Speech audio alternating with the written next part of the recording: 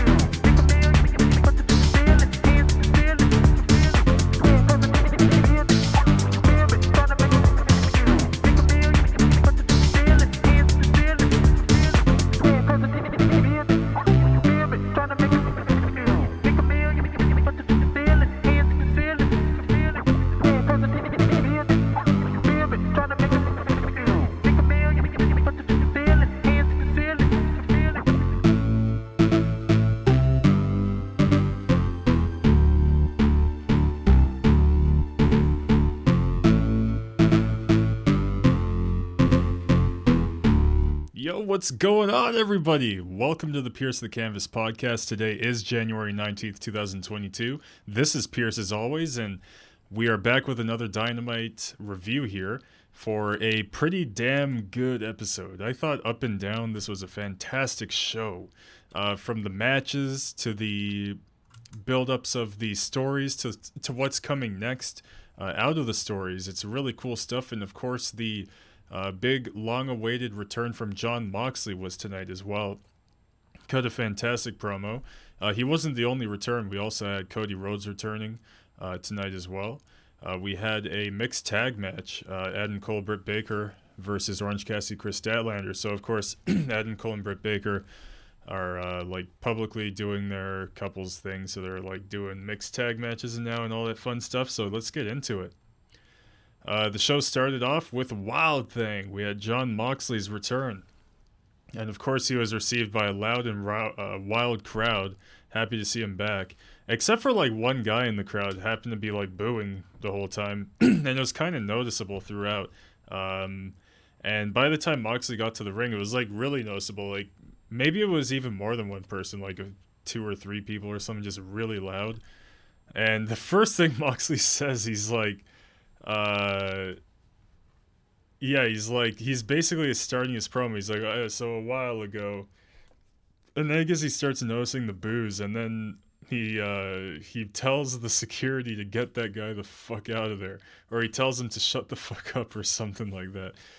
Either way, it's neither here nor there. The fuck was absolutely not censored. It was spoken right into the mic. That's the first words out of Jon Moxley here on TBS. So he said he's woken up out of a bad dream he can't remember. Says he was on his hands and knees in the dirt and he was bruised up and there is a black cloud over him. A demon that followed him everywhere. I was laughing at him and telling him that, you have everything good in the world. None of that was supposed to happen for you. The demon asked if Moxley really thinks that he would make it out. Moxley says that we all carry scars. He has more than the average person, but it's not the outside scars that are important. He tells us that it's the ones that we can't see that we should be proud of.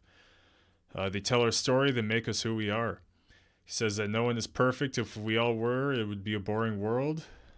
Moxley says that we should all have the courage to come out and show our real selves to the world. Moxley says that there's plenty of people who want to write Moxley off, like that guy at the beginning of the promo. Who doubt him. It won't be the first or the last time. But if you want to doubt him, say what you want to say, think what you want to think, but we'll tell these demons to shove it up their ass.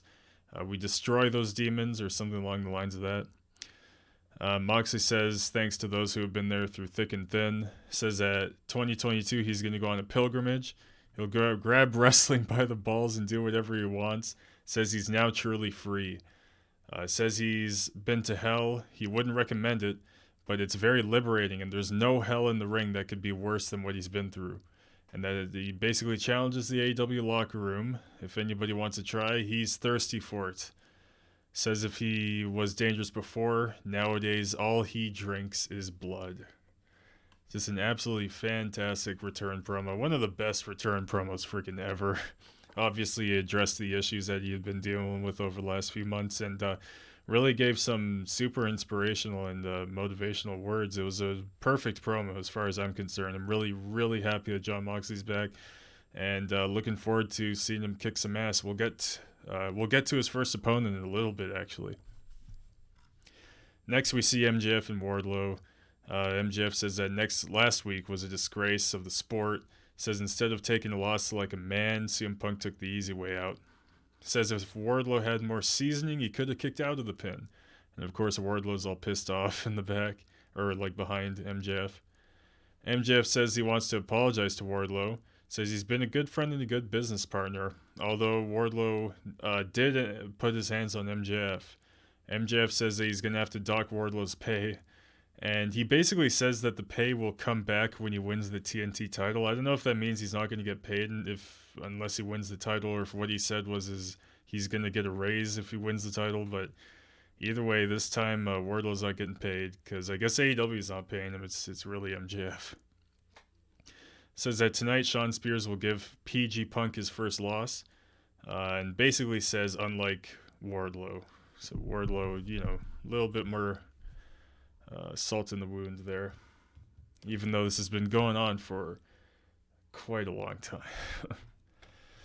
So next up, we have the mixed tag match. Adam Cole and Britt Baker versus Orange Cassidy and Chris Statlander. And Britt immediately tags in Adam. Adam immediately tags in Britt, so it's mind games from the heels. And they go by the normal WWE rules for mixed tag matches, as far as if the women receive a tag, the other woman has to come if the man receives a tag. So there's no intergender wrestling, at least there's not supposed to be, but of course, like in any intergender match, there's a little bit. So Britt gets tagged in. Orange Cassidy refuses to leave, though. He starts connecting his weak kicks before Britt Baker stomps on Cassidy's foot. Statlander gets tagged in. Britt reverses a Big Bang Theory attempt. We see a high cross from Cassidy, a big boot from Cole. Cassidy is able to connect a spinning DDT. Chris does a delayed vertical suplex also, assisted by Cassidy. Orange and Chris dive onto the heels from the apron onto the outside, and it was called very loud by... Like, I watched it like twice, and I couldn't tell. I still didn't really look enough to see who exactly said it. It sounded like Adam Cole, but all you hear is, Statlander diving spot! Or something like that, like, really loud. And I'm the type of viewer where actually the calls get right past me. I don't really hear them. You know, when they call the spots in the match, I never hear them. Like, I watch Botchamania, and you see all the little spots where people are calling it. I'm like, I've never heard any of that. This time it was like in your ear. So that was very strange. The heels return with super kicks after the diving spot, and they proceed to make out a little bit. Chris drops Britt with a blue thunderbomb for a 2 count. After some pin attempts, Britt lands a neck breaker. Orange Cassidy runs wild with shots to Cole. Cole is able to land an enziguri, attempts an Ushigoroshi. Cassidy reverses into a Slumdog Millionaire.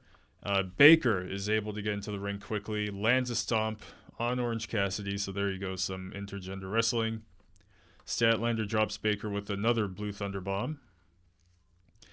And at this point, Baker's down in the corner. Statlander heads up to the top, positioning for her Area 51.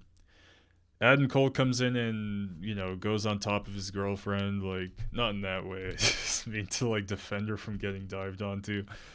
Statlander ends up landing the Area 51 onto Adam Cole and Britt Baker. And the ref was fully aware of it. Like, and it was told to us verbally during the match that there's no intergender wrestling to take place. So the ref didn't give a fuck that Statlander just landed on Adam Cole, but whatever, I guess. After that, Cassidy's able to land a beach break for a near fall. Cole is sent outside. Cassidy attempts a tope. Cole kills him with a thrust kick, heads up to the top for a Panama Sunrise attempt. Chris sends Cassidy into the ring. Cole teases a Panama Sunrise to Chris Statlander, but Baker's able to connect a thrust kick right on time and lands her own destroyer. Looked really good too. That was on the ramp. So Cole's able to get into the ring and lands a Panama Sunrise to Orange Cassidy for a near fall because, you know, they've never even really set precedent for Adam Cole to win with the Panama Sunrise, at least not on TV. I don't care about Dark. I've never seen Adam Cole win with that move in AEW. Cole clears the timekeeper's table. He and Britt move it basically like ringside. Britt takes the Stephanie spot, is what I wrote down here, being the, you know, she's standing on the apron, gets knocked down, takes the really simple bump through the table. And Cole gets pissed off and low blows Orange Cassidy, and the ref is nowhere to be seen. Oh, I think he was actually checking on Baker outside of the ring, but he was like absent. And Cole's pinning Orange Cassidy. The ref gets back in the ring. Counts to 3. I don't know if it was just on the low blow. Did he land the boom after? I hope so. I hope he didn't just win with a low blow. I may have looked away for like a second and he did something else. He may have just won with a low blow, even after a delayed count from the referee. So Orange Cassidy takes the loss to Adam Cole here in this match. Next, we see Alex Marvez with Jericho, Santana, and Ortiz. Chris Jericho says that he doesn't care about Eddie Kingston, says he could GFY. Ortiz says that he and Santana care about Eddie Kingston and Jericho should watch his mouth when he talks his name. So some real animosity spewing here between Santana, Ortiz, and Chris Jericho. Santana says maybe Jericho is the reason why they don't have the titles. Basically says he agrees with what Eddie Kingston has been saying. Santana and Ortiz say that they've had his back since day one. When's the last time Jericho had their back? Jericho seemed to take offense to that, but Santana and Ortiz said that they're going to prove that they don't need Jericho to get they don't need Jericho to be with them in order to get a win. Jericho looks real offended, and so we're probably going to see a Santana and Ortiz heel turn, which could only be good for them. They really need to just go off on their own. This inner circle thing has gone on long enough. Not even that it has to be that they break up or whatever. They just have to start tag teaming on their own. They got to stop having being attached to the hip of Chris Jericho here.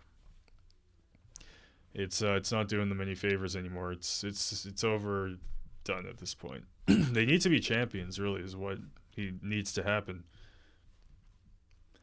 And Marvez, I guess he freaking teleported somewhere else. He was with Adam Cole. I don't know, maybe there's a commercial or something. After his victory, and Marvez says that Britt Baker took a pretty bad fall. Adam says that Cassidy has been a thorn in his side for too long, but now he put his hands on his girlfriend, which he didn't really. He hardly even bumped into her when she fell through the table. Says he beat him in 2 matches already, and says that Beach Break next week it'll be Adam Cole versus Orange Cassidy 1-on-1 in a lights out match. Dude, they're doing a freaking lights out match for this feud, which it just doesn't feel hot enough to justify that, but the match will be interesting. Orange Cassidy in a lights out match. Adam says that he can't look at Orange's stupid face anymore and will end his career. So we see a small package for Punk and Shawn Spears. We see Spears' promo from last week's Rampage. Punk is basically saying that this is the last guy MJF's got until he inevitably has to fight CM Punk. So we get CM Punk versus Shawn Spears. MJF comes out to join commentary. And as the match begins, CM Punk immediately positions for a GTS, connects it, and wins. Just like that. So they did the diametric opposite of last week. Instead of near burying CM Punk, this time they gave him a super, super quick win against Shawn Spears. So MJF is pissed off, sneaks into the ring while Punk is celebrating. MJF tries escaping. Punk catches MJF by his scarf. MJF's just able to roll out of his scarf and gets out of the ring, runs away like the coward he is. And CM Punk's now in possession of MJF's scarf. So that's interesting. Next, we see Billy Gunn taking up TV time, confronting Christian. Says that Billy Gunn's boys should get a shot at Christian's boys' titles. Christian says that although Austin and Colton Gunn are really talented, Billy Gunn could just never really get that statement win. Maybe he should before his team gets this shot. The Gunn Club come out and attack Christian, and Austin says that the statement has been made. Next up, interesting segment here. Cody Rhodes returns. And immediate boos. The fans were not missing this guy. They were booing. It was easily, at least at the beginning, at least an 80-20 split, 80 being boos. There is hardly anybody who wanted to see this guy. He got a lot of heat in this segment. And not necessarily on purpose. He was still doing his babyface gimmick, but it's just not working, man. So, basically, it cuts a commercial and they show a preview of Go Big Show. They show some guy getting hit in the nuts a whole bunch of times. Guess that's fascinating television. And during the commercial, it's in picture, like after Cody's entrance. And Cody's pulling a ladder from below the ring and slides it into the ring, puts it up. This is all during commercial. And the ladder was really tall, too. It was like a 15-foot ladder, easily. And back from commercial, the fans are still booing him. There's, that's why I say 80-20. There are some cheers, but it's overwhelming boos. Throughout his promo, he was able to get a lot of the crowd on his side, though. It turned more into closer to 50-50 through the promo. Cody asks the crowd what they want to talk about. He's reminded from the last match we just saw, from a man who sat on the stage, gave one of the most important addresses in wrestling history. And, dude, the fans are just chanting, "Shut the fuck up." They don't want to hear from this guy, dude. Cody talks about the pipe bomb and says that was the first whiff of a revolution. He's listed things that were taboo at the time, working with New Japan, Ring of Honor, teaming with the Young Bucks. He says his fate has it he's unable to do those things right now. Cody, actually at one point, the "shut the fuck up" chants just caught him. He couldn't even talk. He looked actually pretty pissed off. He just continues his promo, says that Punk came to AEW, got the comeback of the year. Cody says it's a comeback of the decade, and the fans are just still going nuts. I could hardly even focus on what he's saying. The fans were just like booing the shit out of this guy. So this is where Cody's starting to get heat. So maybe there was some intention to get heat out of saying this stuff. He basically credits himself for filling the void that CM Punk left for 7 years. Said he held every ounce of the revolution and carried wrestling and all this stuff.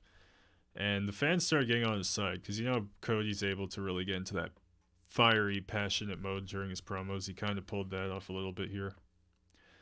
Says he's not going to turn heel again because the fans cheered him when he needed it the most. This guy just wants to be cheered, man. It's incredible. Like, he's in need for attention, really. It's an interesting phenomenon. Some fans are getting on his side at this point, too. Addresses the forbidden door, says if you're an industry journalist and disagree with what I'm about to say, you're not a journalist, and he proceeds to credit himself for the forbidden door, which I, don't get. How are you responsible for it? Alright. But anyway, the crowd really starts to get on his side during this part. They start chanting his name. Cody says he's gone for 2 weeks and sees the Young Bucks almost started the Wednesday Night Wars again with the whole Undisputed Era stuff. Says Ricky Starks, his real-life great friend Ricky Starks, gets into beef with Jay Lethal. And he actually puts over Jay, basically says, the lethal injection, you can't escape. I would stay away from it, Ricky Starks. He addresses Malachi Black, says that Malachi has 2 wins over Cody. And Cody, he fully admits here that he hates losing. So he's basically the Triple H of AEW. Talks about just other people like Brody King coming in, Darby Allin, Sammy Guevara. Says we're conditioned to think that a title without the word world in it is a secondary title. The TNT title is not a secondary title. There's only 2 singles titles. And by the way, it's a pretty long-ass promo, eh? It was really long. Cody addresses his contract status. And I may have heard someone incorrectly, but he was like, I didn't even get the contract I wanted or something like that. I was like, what? But he went over that really quick, and then he's just like, okay, I'm going to challenge Sammy for a TNT title match, for a ladder match. But yeah, he seems to have said something about not liking the contract he got. I could be wrong. I just misheard it. Because it was really quick, too. He didn't elaborate too much. But there you go, another overdrawn Cody Rhodes promo. Shivani's with Cargill, Anna Jay, John Silver.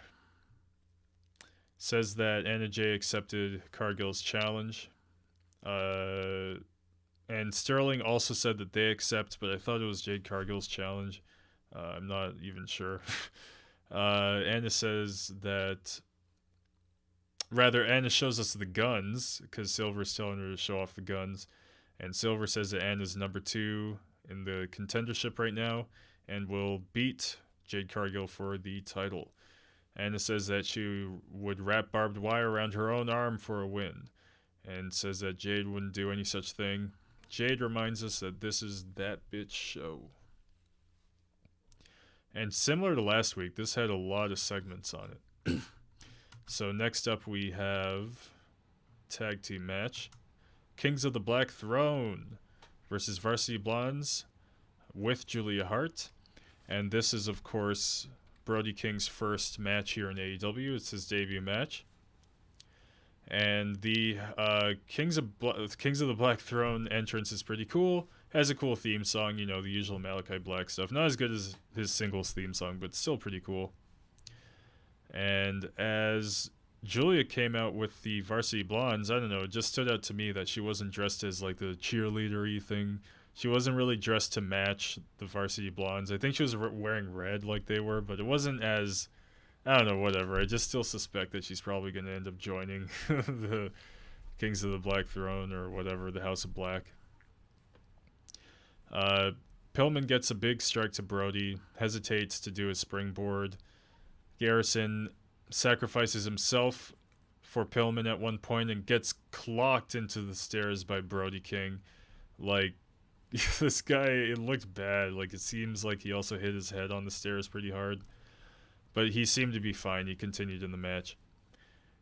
King lands a senton on Pillman. Malachi positions for their tag team finish for the win. After the match, Malachi grabs a mic, addresses his House of Black, which is us. It's the entire crowd. Requests they'd rise, so the fans rise, and Pac distracts. And he's basically doing a video promo. Says, basically a continuation from the last one he did. Says he's found a new vision, a new purpose. He truly sees Malachi. Says he's the same as everyone else in AEW, self-obsessed, power-hungry. He says Malachi may have some spells up his sleeve, but Pac has much more than that. And he's pulling out tarot cards, and he pulls out a Justice tarot card. And he said some threat at the end of his promo to Malachi, like, you're gonna get blah, but I don't know what word he said. I was like, what did you just say? So I just wrote here that he threatened Malachi Black. We hear from Jake Roberts for the first time in quite a long time. Of course, last week, was it last week when Lance Archer returned? So Lance Archer's back, so of course his manager being Jake Roberts. I heard his health hadn't been doing so great. He did catch COVID. I would assume, obviously, he's over it at this point. Glad to see he's okay. He got through that all good, right? He's old. He's had a laundry list of health issues, you know, that would take a long time to even go over. So to see him in at least relatively good shape here and back with Lance Archer is fantastic. So he says here that Adam Page should know who he really is. Adam says that Lance gets a shot at the title, Adam Page says, and if he wants a fight, he'll bring it. And this is all video promo. And Jake says that Adam will bite the dust. It is his time. So we cut to what's supposed to be a Young Bucks promo. The Young Bucks are not around tonight. Brandon's calling for the Young Bucks. Says, hey, we're live. He's behind the camera.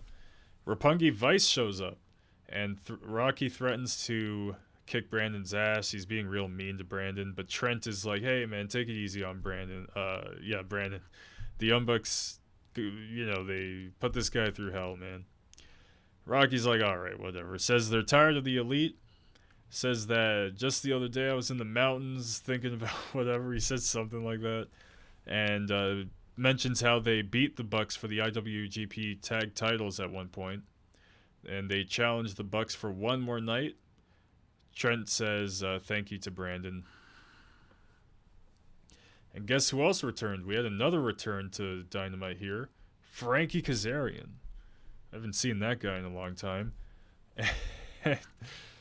And he wrestled Lance Archer in a really quick squash match. Lance Archer did have Dan Lambert and Jake the Snake Roberts at his side.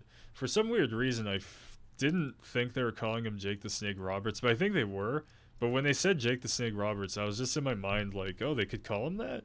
Like, WWE doesn't own that? Okay, cool. Maybe that's always been the case. I'm just noticing now. So Lance beats up Frankie Kazarian for minutes and minutes and minutes. Like, from the beginning of the match, you know, goes maybe 2 to 2.5 minutes till they go to commercial. Commercials 2 to 3 minutes. Still beating the crap out of this guy. Of course, as, you know, they want to put over Kazarian a little bit. You get some offense.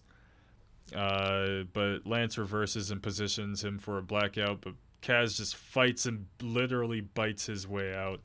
Lands a missile dropkick. And lands his signature leg drop for a 1 count. Lance powers out of it. Lance, at this point, is able to connect his chokeslam as well as his helicoaster signature moves. But he's not done yet. He positions Frankie Kazarian for a blackout and lands it for the win.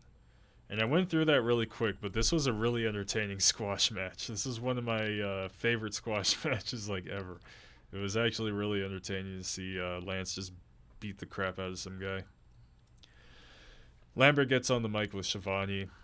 Shivani asks about his relationship with Lance Archer. Lambert says what we need to understand is that Paige isn't old enough for this. And he's just talking the usual shit for a little while. Lance takes the mic, says enough of this cowboy bullshit. He's going to show us what he's going to do. So he goes outside and takes Kazarian, sets a chair down, and he's about to powerbomb Kazarian onto the chair. Adam Page comes out. The crowd goes nuts. Guys are exchanging strikes. Page strikes Archer with the world title. The guys brawl in the ring. Page sends the Murderhawk outside. And that's where the segment ended. And Marvez is with Dante Martin, Lee Moriarty, and Matt Sydal. Martin says he has Sydal and Lee's back. Moriarty says that he and Sydal have his. And then we cut to Starks and Hobbs, and Stark says Dante thinks everyone is his brother, but no one is his friend. Hobbs says he's got to watch his front, back, and side to side. And so we see Chris Statlander and Red Velvet with Tony Schiavone, and they seem pretty pissed off. Hirsch comes out, says Chris didn't have her focus and made her lose on Rampage, says that this costed her and Red thousands of dollars. Red is like telling Hirsch to just calm down, and Hirsch clocks Red Velvet, dude. Like, I don't even know. It looked pretty rough. Starts beating up Chris Statlander and locks in her submission finisher until the referees have to come in for the save. And next segment, as I said, this is a segment heavy show here. Serena Deeb versus Sky Blue. JR says that Deeb has become one of his favorite wrestlers, which is probably one of the highest praises he could pay any wrestler, or man, woman, whoever the hell around the world. That's a big deal. Serena's dominating on the outset, lands a swinging neck breaker, lands a reverse power bomb, type of not power bomb, sorry, pile driver. I wrote power bomb, meant pile driver. Lands a reverse pile driver sort of move, and starts destroying Blue's knee. Locks in the Serenity Lock for the win. Super quick squash match. We hear from Ethan Page, Lambert, and Scorpio Sky. Actually, Scorpio didn't really say anything here. He's definitely getting overshadowed by Ethan Page in this stable. So Ethan Page is getting the shot against Moxley. Says he's up for the task and tells a bunch of lies like he's been racking up victories and all this crap. Says he's a franchise player. We see a whole bunch of Bucks versus Roppongi Vice New Japan footage. That went on for like almost a whole minute. Just New Japan footage, you know, like for 60 seconds straight of Bucks and Roppongi Vice. We hear that Hook versus Serpentico will take place this Friday. We gotta get Hook in a good match, man. These are just, I guess he's a new wrestler too, right? They don't want him to be out there for too long, but he's pretty good. I think he could handle a decent match. But I guess the point is for him to be squashing everyone, right? And it's official that Cody and Sammy will wrestle in the ladder match. We hear about the Lights Out match. Jericho, Santana, and Ortiz will wrestle 2.0 and Garcia. Shivani's with Matt, Andrade, and the Hardy family office. Matt says Andrade now has 51% stake in HFO, and they're now known as AHFO. Stupid name. Andrade wants Darby to join. Matt and Andrade shake on the deal and claim to now try to pursue Darby Allin. Now for the main event. The Acclaimed versus Sting and Darby Allin, which is a huge match for the Acclaimed, man. So we see another parody video of Sting and Darby from the Acclaimed. Just silly stuff, similar stuff that we've seen. So as Caster and Bones are coming out, Caster says fighting with them is fighting with the Acclaimed is gory self-mutilation. Great line. They don't need face paint. They'll make the babyface's teeth more crooked than politicians. And you made some reference to Starrcade 97. Caster proceeds to break a skateboard in the middle of the ring. The Acclaimed attack the faces as they get in the ring. Bones takes out Allin with a chair, wrap the chair around Cody's neck, and whip him into the corner post. That was pretty brutal. Sting checks on Darby. Darby's declared to not be able to continue. Sting is able to take out both guys, and the doctors are taking Darby away, and Sting seems to be able to take on the Acclaimed, so the match begins as a handicap match. And Sting's thrown the Acclaimed around, throws him to the stairs, throws Max into the stairs twice. Sting positions for stinger splashes into the corners until Caster is able to come back with a dropkick. Sting does his comeback, lands a double clothesline, locks in a Scorpion death lock on Caster. Bones lands a strike. Sting no-sells it, but the second strike takes him out. Bones has the boombox, takes out Sting, while the referee, of course, is distracted. The Acclaimed position by the stairs to take out Sting. Darby comes back out of nowhere with a super tope, his like bullet tope, as I like to call it, which is probably some places not an appropriate name. Taking out Bones and Caster. Darby lands a coffin drop to both guys outside. Darby lands a code red for a near fall. Darby locks a hanging guillotine until Caster tags Bowens. Bowens drops Darby, and Caster lands the mic drop. Sting breaks the pin, takes out the heels. Sting walks toward the announce desk, dives onto Caster through a ringside table, which was insane.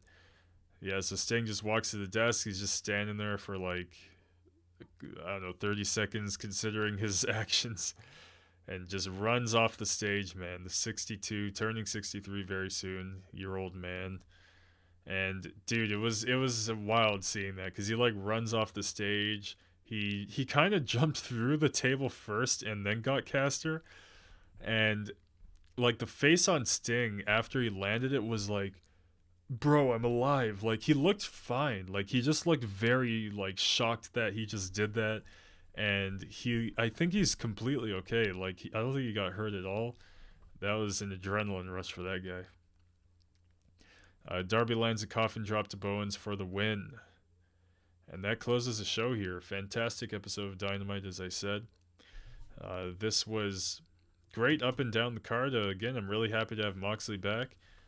And we are going to have a big event next week. It will be Beach Break. It's not just going to be a normal episode of Dynamite. So very much looking forward to that. Going to have the Lights Out match. We're going to have this Friday, John Moxley's going to be back in action as well. So there's a lot to look forward to. I'll be here to cover it all as usual. And I'd like to thank you. If you had me as your AEW coverage, stick around. Be sure to like and subscribe, and we'll be back next week. Take care, y'all.